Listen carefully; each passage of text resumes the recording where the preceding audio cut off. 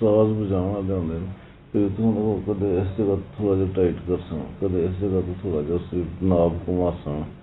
ਆਖਰ 'ਤੇ ਵਾਇਲਨ ਜਿਹੜੀ ਉਹ ਵਾਇਲਨ ਹੁੰਦੀ ਹੈ ਉਹਦੇ 'ਚ ਉਹ ਹੀ ਆਵਾਜ਼ ਨਿਕਲਦੀ ਜਿਹੜੀ ਉਹ ਚਾਹੁੰਦੇ ਨੇ। ਕਦੇ ਇੱਥੋਂ ਘੁਮਾਈ ਛੱਡੇ, ਕਦੇ ਇਸ ਤਰ੍ਹਾਂ ਥੋੜ੍ਹਾ ਜਿਹਾ ਢਿੱਲਾ ਕਰ ਛੱਡਿਆ, ਇੱਧਰੋਂ ਇਸ ਨੂੰ ਥੋੜ੍ਹਾ ਟਾਈਟ ਕਰ ਛੱਡਿਆ, ਉਧਰੋਂ ਪੁਰਾਣੇ ਜਿੰਦੇ ਨਹੀਂ ਸਰਜਿੰਦਿਆਂ ਦੀ। ਮੈਂ ਇਹ ਗੱਲ ਕਰ ਰਿਹਾ ਨਾ, ਉਹ ਜਦੋਂ ਸਾਜ਼ ਸੈੱਟ ਕਰ ਰਹੇ ਹੁੰਦੇ ਨੇ ਅਤੇ ਨਾਲ ਇਸ ਤਰ੍ਹਾਂ ਥੋੜ੍ਹਾ ਟਾਈਟ ਕਰ, ਇਸ ਤਰ੍ਹਾਂ ਥੋੜ੍ਹਾ ਢਿੱਲਾ ਕਰ, ਇਸ ਤਾਰ ਨੂੰ ਥੋੜ੍ਹਾ ਖਿੱਚ ਛੱਡਿਆ। ਆਖਰ 'ਤੇ ਉੱਤੇ ਉਹ ਆਵਾਜ਼ ਉਹ ਦੇਣਾ ਸ਼ੁਰੂ ਕਰ ਦਿੰਦੀ ਜਿਹੜੀ ਉਹ ਚਾਹ ਰਿਹਾ।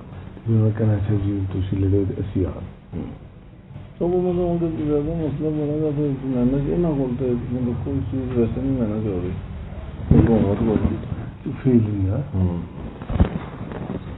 ਉਹਨੂੰ ਫੇਰ ਕਰਨਾ ਜੀ ਇਹਨਾਂ ਨੇ ਸਾਰੇ ਕੋ ਮੂਵਮੈਂਟਸ ਲਾਈ ਹੋਣੀ।